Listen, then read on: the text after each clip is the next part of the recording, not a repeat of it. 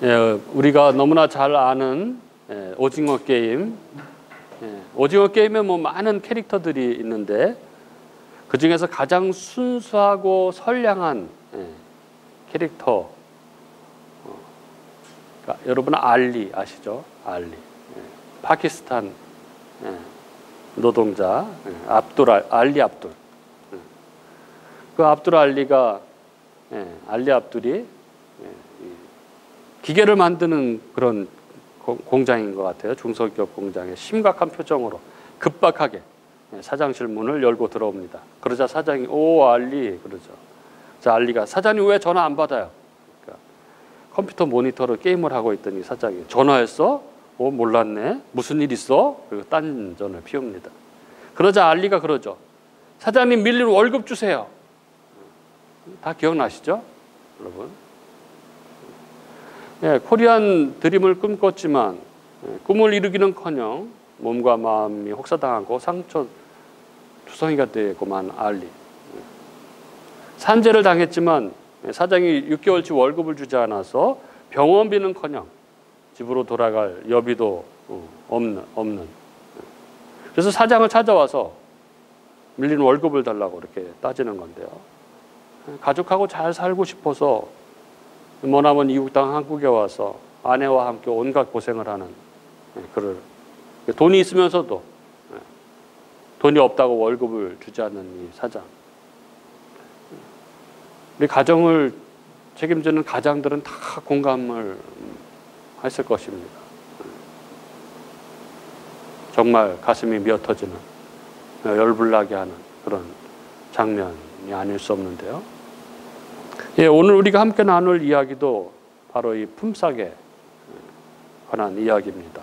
오늘 설교 제목을 야곱의 품삯 이렇게 정했는데요. 지난 시간에 우리는 이 29장 말부터 30장 전반부를 통해서 야곱의 두 아내, 그 레아와 라헬의 그 사랑과 전쟁, 그들의 시기와 질투를 통해서 아들 낳게 하는 경쟁을 보았습니다. 그리고 그것으로 말미암아 결국 이스라엘의 12지파가 이루어지는 것을 보았죠. 즉 하나님께서 아브라함에게 약속하신 하늘의 별처럼 바다의 모래처럼 자손이 번성하고 무수하리라는 그 하나님의 언약이 이루어지는 이 말씀이 성취되어가는 과정을 보았습니다. 하나님께서는 우리들의 추악함과 제약됨 그리고 이 땅의 타락과 혼돈과 탐욕 가운데서도 반드시 창세전 택하신 당신의 백성들을 구원해내시기 위한 하나님의 계획, 그 언약을 반드시 이루어 가시는 분이심을 함께 보았습니다. 그리고 이어지는 오늘 본문이죠. 30장 후반절부터 오늘 본문을 마주하게 됩니다. 오늘 본문은 앞서 말씀드린 대로 야곱의 품삯에 대한 이야기입니다.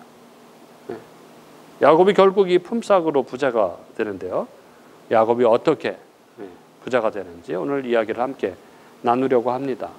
오늘 이 말씀 가운데 우리 각자에게 들려주시는 주님의 음성이 귀한 은혜가 있기를 또 바라봅니다. 오늘 본문을 함께 보도록 하겠습니다. 오늘 본문이 시작되는 25절, 26절을 보면 이렇습니다.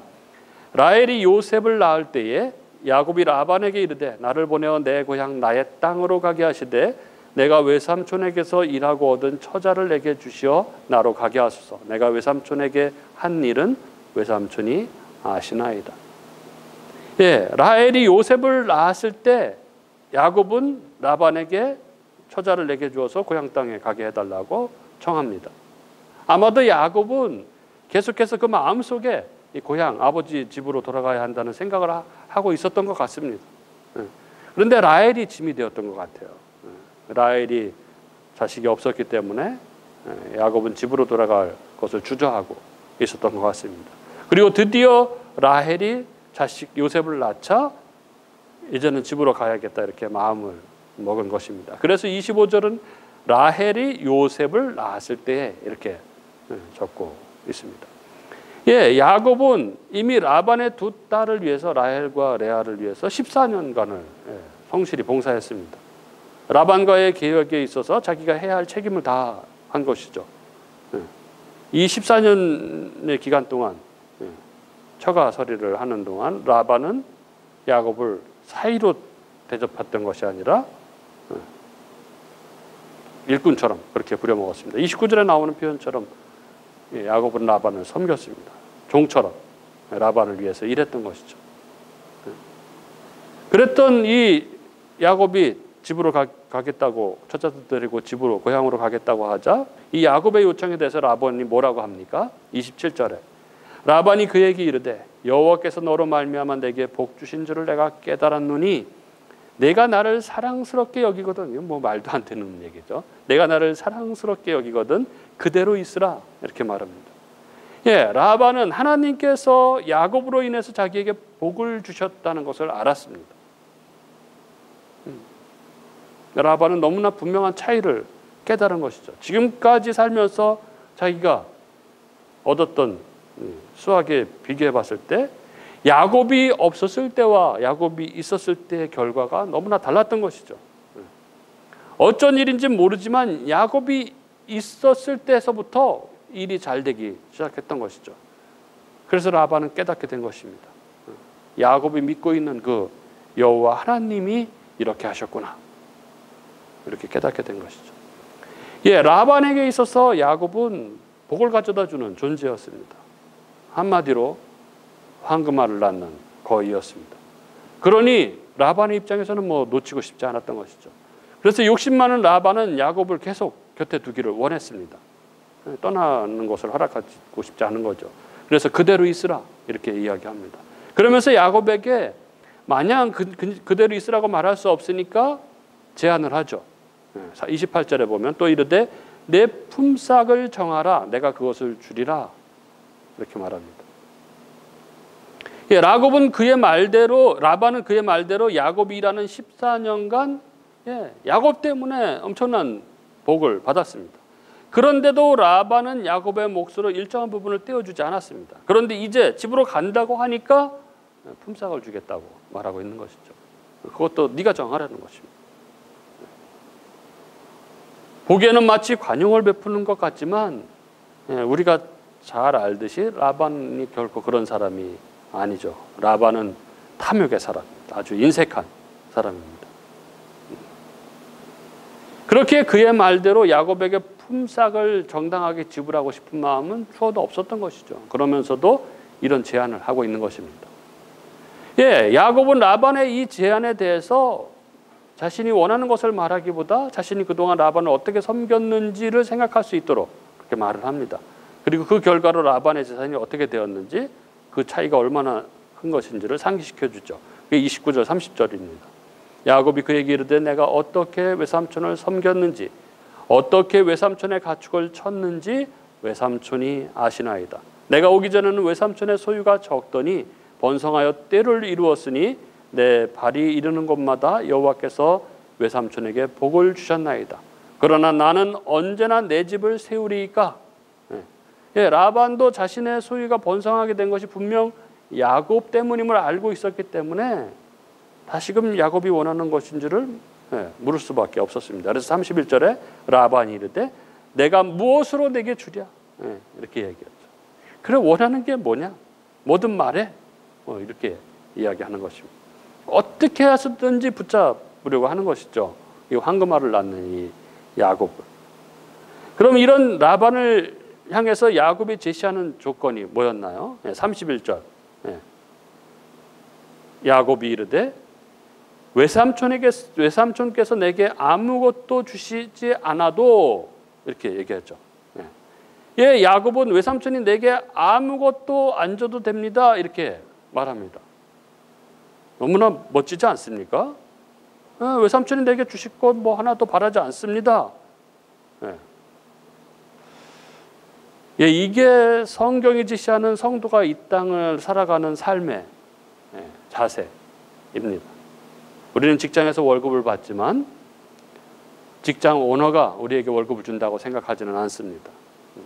하나님이 그를 통해서 우리에게 월급을 주시기 때문에 그에게 뭐 감사를 돌리는 것은 마땅하지만, 그러나 오너가 주는 것이라고는 생각하지 않죠. 물질의 공급이 사람에게 속한 것이라고 믿지 않습니다. 그렇게 성도는 직장에서 성실하게 열심히 일하고 보수를 받지만 오너에게 속한 사람이 아니죠. 우리는 하나님께 속한 사람입니다. 나를 복의 통로로 사용하시는 하나님께 속한 사람임을 우리는 잊지 말아야 합니다. 그래서 야곱이 뭐라 합니까? 그러면서 다만 제 품삯으로 이 한 가지만 해주시면 됩니다. 이렇게 말합니다. 뭔가요? 이 야곱이 말한 이 조건 한 가지는 32절이죠. 오늘 내가 외삼촌의 양떼에 두루다니며 그 양 중에 아롱진 것과 점 있는 것과 검은 것을 가려내며 또 염소 중에 점 있는 것과 아롱진 것을 가려내리니 이 같은 것이 내 품삯이 되리이다. 예, 야곱의 제안은 이러합니다. 양들 중에서 몸에 아롱진 것, 그러니까 무늬가 있는 얼룩 무늬가 있는 양들이나 점이 있는 양들, 그리고 염소 중에서 점 있는 것과 무늬 있는 것은 자기 거가 되고 그렇지 않은 양과 염소는 다 라반의 소유로 하라는 것입니다. 예, 야곱의 이 제안은 어떻게 보면 너무나 불리한 조건을 제시한 것이죠. 그런데 아마도 야곱은 지난 14년간 목축하면서 경험적으로 익혀지고 습득된 이 우생학적인 지식, 목축에 대한 자기 방법에 대한 신뢰, 이런 것들이 있었기 때문에 이러한 불리한 조건을 제시하면서 삼촌의 모든 간섭으로부터 자유롭고 삼촌이 말을 바꿀 수 있는 가능성을 원천 봉쇄할 수 있는 이런 조건을 제시한 것으로 보입니다. 이렇게 되면 33절의 야곱의 말처럼 외삼촌이 딴소리를 늘 거짓을 말을 말하는 그 라반이 딴소리를 하기 불가능한 그런 상황이 되기 때문에 그렇습니다. 그러자 라반이 어떻게 대답합니까? 예, 라반의 입장에서는 이런 행제가 없는 것이죠. 예, 양은 다 대부분 하얗습니다. 얼룩지거나 점 있는 양이 뭐 얼마나 되겠습니까? 예, 염소 역시 뭐 검거나 희거나 한 것이죠. 염소 중에 얼룩덜룩하거나 점박이 염소는 뭐 거의 없습니다. 그런 거 보신 적 있습니까? 거의 없습니다.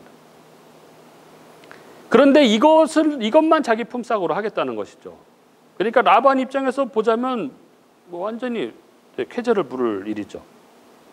그동안 14년간 거의 공짜로 부려먹었는데 이젠 나머지 기간도 공짜로 부려먹을 수 있겠다 생각이 된 것이죠.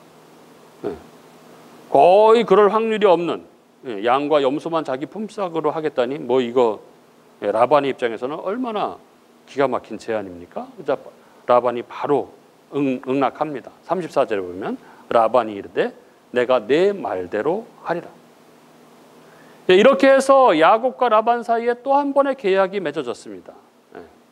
그런데 35절, 36절 그 탐욕의 인간 라반, 그의 진면목이 나오죠. 35절, 36절에 보면 그날에 그가 숫염소 중 얼룩무늬 있는 것과 점 있는 것을 가리고 암염소 중 흰 바탕에 아롱진 것과 점 있는 것을 가리고 양 중에 검은 것들을 가려 자기 아들들의 손에 맡기고 자기와 야곱 사이를 사흘 길이 뜨게 하였고 야곱은 라반의 남은 양 떼를 치니라. 이렇게 돼 있죠. 라반은 두루 다니면서 이 가축들 중에 무늬 있는 것과 점 있는 것을 다 골라냅니다. 그리고 이것들을 자기 아들들의 손에 맡기고는 이 무늬 있는 양들이 다른 양들과 만나지 못하도록 3일길이나 이렇게 띄어서 분리시켜 놓습니다. 참으로 대단하지 않습니까? 이 라반. 일반적으로 무늬가 있는 어미가 있어야 뭐 그 중에 무늬 있는 새끼가 좀 나오지 않겠습니까? 물론 뭐 드물게는 무늬가 없는 어미에게서 무늬가 있는 새끼도 나올 수 있습니다. 하지만 그럴 확률은 적죠. 라반은 어떻게 해서든 자신이 이득을 취하려고 다 자기 것으로 하려고 야곱에게는 주지 않으려고 그렇게 잔머리를 씁니다. 야곱을 통해서 복을 받는 것은 다 알고 있지만 그 복을 다 자기가 차지하려고 하는 것이죠. 그렇게 오랫동안 품삯도 안 주고 부려먹고 자기 입으로는 27절에 여호와께서 너로 인하여 내게 복을 주셨다라고까지 이렇게 얘기를 해놓고 정작 품삯은 하나도 안 주려고 이러고 있는 것이죠. 이 인간이. 이런 인간들이 있습니다. 어떻게 해서든지 자기가 더 가지려고 발버둥 치는 인간들. 마치 천년만년 살 것처럼 욕심을 부리면서 자기 것만 챙기는 사람들이 있죠. 남이야 굶든 말든 나만 살면 된다는 사람들, 이 라반 같은 사람들, 앞에 알리 사장 같은 그런 사람들, 하나님이 살아계시리라고는 전혀 생각하지 않는 사람들.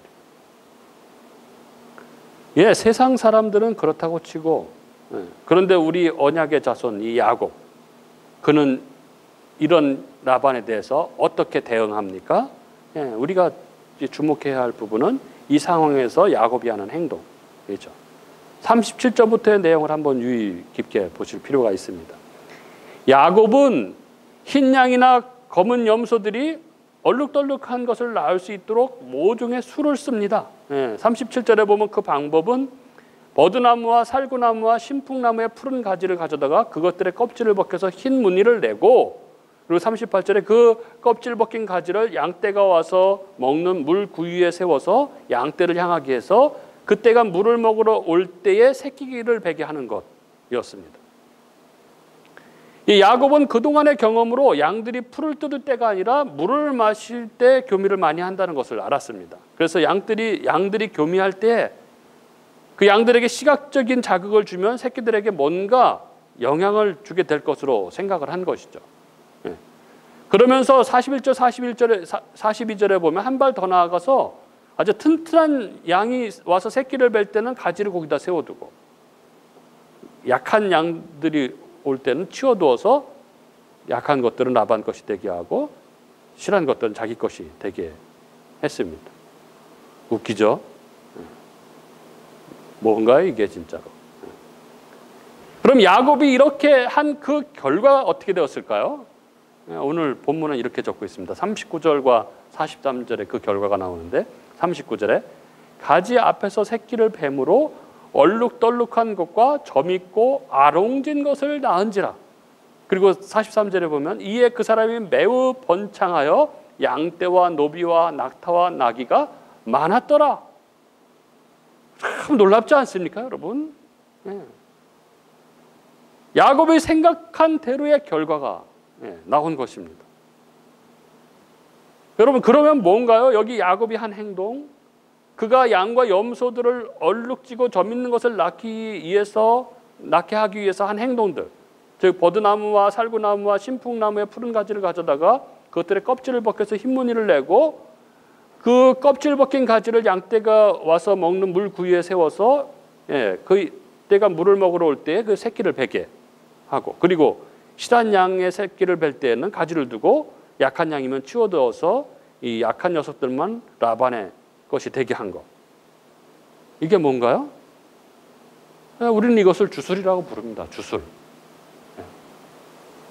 여러분 한번 생각해 보십시오. 얼룩덜룩한 무늬의 나뭇가지를 보여준다고 해서 양이나 염소가 얼룩덜룩한 새끼를 낳습니까? 누가 그런 얘기를 하면 웃을 일 아닙니까? 이건 어떤 근거도 없고 합리적인 이유도 없습니다. 그렇게 한다고 그게 그렇게 됩니까? 여러분? 보통 주술이라는 것은 이 사람들의 잘못된 미신적 마음에서 비롯된 것이지만 실제로 그 일이 일어나리라는 아무런 근거도 없습니다. 시험 보는 날 미역국 안 먹는다고 떨어질 실력인데 붙습니까? 시험 보는 날 교문 앞에 엿을 붙여놓는다고 실력 없어서 떨어질 애가 붙습니까? 그럼 무엇인가요? 지금 이 야곱이 한 이 주술적 행동과 그리고 그 놀라운 결과는 뭔가요?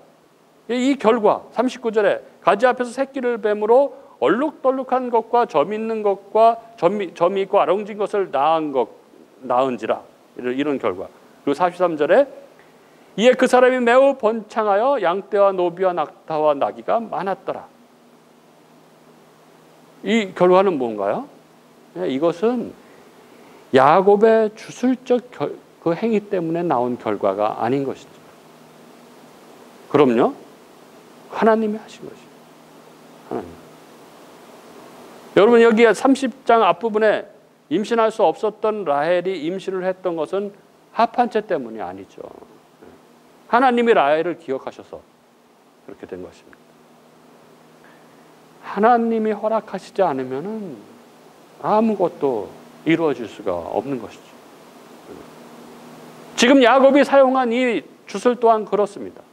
그 주술, 그 행동 자체가 뭔가를 이룬 것처럼 보이지만 절대 아닙니다.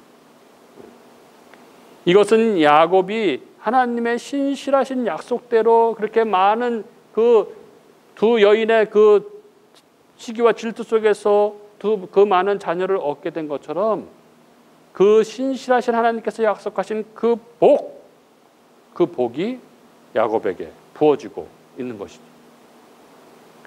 즉 하나님께서 약속하신 그리스도 안에서 부어지는 그 하나님 나라의 풍성한 복, 이걸 구약에서는 설명할 길이 없으니까 장수, 다산, 부요 이런 가시적이고 물질적인 것으로 설명하고 있는 것이죠. 이 복을 성경은 여기 야곱의 품삯 이야기를 통해서 우리들에게 보여주고 계신 것입니다. 그리고 약속대로 오신 그 예수 그리스도께서 마태복음 20장에서 이것을 이렇게 설명합니다. 그 유명한 이 포도원 품꾼의 비유죠. 내용을 정리하면 이렇습니다.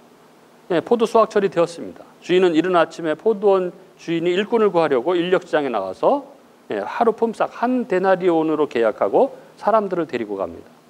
그리고 아침 9시, 그리고 낮 12시, 그리고 오후 3시에도 그렇게 합니다. 여기까지는 그런 대로 이해할 수 있는데 이 주인은 제11시 곧 오후 5시가 되어서도 이 품꾼들을 찾아서 장터로 나갑니다.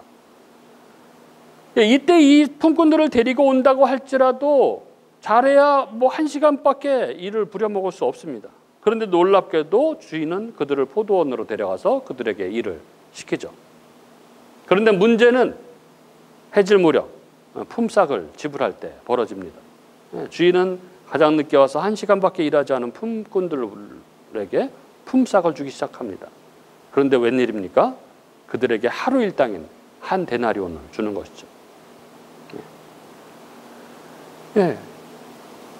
그러자 먼저 와서 종일 일했던 품꾼들은 불만이 생기죠. 불평을 합니다.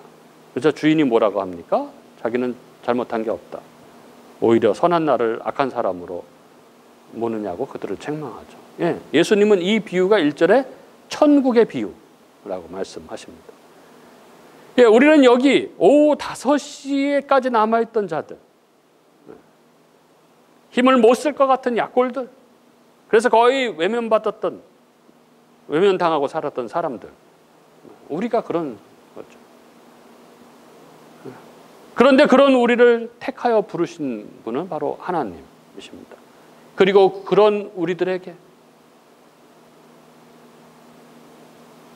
하루 품삯을 우리에게 온전히 주시는 분, 그 약속하신 품삯을 온전히 주시는 분, 그리하여 우리로 그 풍성함의 은혜를 덧입고 살아가게 하시는 분이 바로 하나님이시고, 그것이 바로 그 택하신 백성이 살아가는 하나님 나라의 삶이라는 것을 보여주고 있는 것이죠.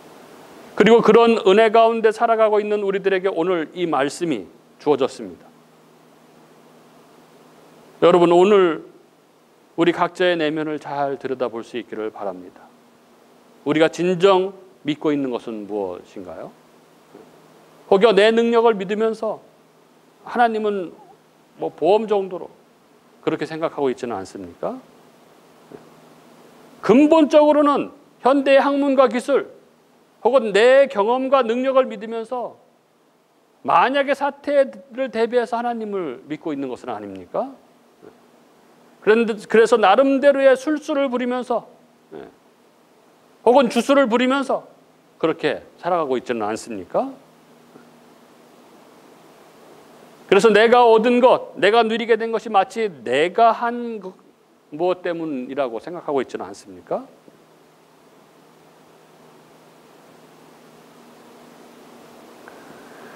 대표적인 예로 여러분, 일천번제 헌금이라는 것을 우리 들어보신, 저희 교회는 없지만 들어보신 적이 있으실 것입니다. 예, 제가 아는 분 중에 늘 일천번제를 하시는 분이 계셨습니다. 매일 하루에 10,000원씩 매일 새벽 기도 때마다 10,000원씩 이렇게 헌금을, 일천번제 헌금을 올려놓으시는데, 그분이 그렇게 말씀하시더라고요. 자기는 이 기도 제목을 정하고 일천번제를 해서 한 번도 그 기도 제목이 이루어지지 않은 적이 없다고. 참으로 대단하지 않습니까? 매일 새벽 기도 나오시는 것도 대단하지만 매일 그렇게 헌금을 하시는 것도 저는 참 대단하다고 생각합니다. 그러나 여러분, 우리가 매일 새벽 기도를 드리는 것은 우리가 살아계신 하나님, 그 하나님을 의지하고 그 하나님 말씀에 늘 민감하려고 하는 것 아닙니까? 그리고 우리가 주님 앞에 헌금을 드리는 것은 우리의 삶에 대한 감사, 우리 삶에 늘 풍족히 채우시고 입히시고 먹이시는 것에 대한 마땅한 감사에서 나오는 것 아닙니까? 만약 내가 무엇을 바라고 예배하고 헌금한다면 그것은 바로 야곱이 이 버드나무와 살구나무와 신풍나무의 가지의 겁질을 벗겨서 양떼가 와서 먹는 그 물 구유에 세워놓는 것과 다름 아닌 것이죠. 그리고 그것 때문에 야곱이 번창하게 된 것이 아닌 것이죠. 야곱을 번창하게 하신 이는 바로 하나님이시죠. 하나님께서, 그 언약에 신실하신 하나님께서 그 택하신 언약 백성에게 약속하신 그 풍성한 복을 부어주시고 계시다는 것을 오늘 말씀은 우리들에게 전해주고 있는 것입니다. 사랑하는 우리 교우 여러분, 여호와께서 집을 세우지 아니하시면 세우는 자의 수고가 헛되며 여호와께서 성을 지키지 아니하시면 이 파수꾼의 경성함이 허사로다. 시편 127편의 말씀처럼 만물의 주권자이신 그 하나님을 진실하게 믿으며 그 하나님께서 약속하신 그 놀라운 약속, 그리스도 예수 안에서 그를 믿는 자에게 부어주시는 그 놀라운 하나님 나라의 풍성함을 우리가 마음껏 누리며 그 신실하신 하나님을 찬양하고 예배하는 저와 여러분이 될 수 있기를 바랍니다. 그리고 그렇게 살아가는 그 믿음의 삶의 마지막에 우리는 그 약속의 신실하신 하나님을 우리의 눈으로 똑똑하게 목도하게 될 것입니다.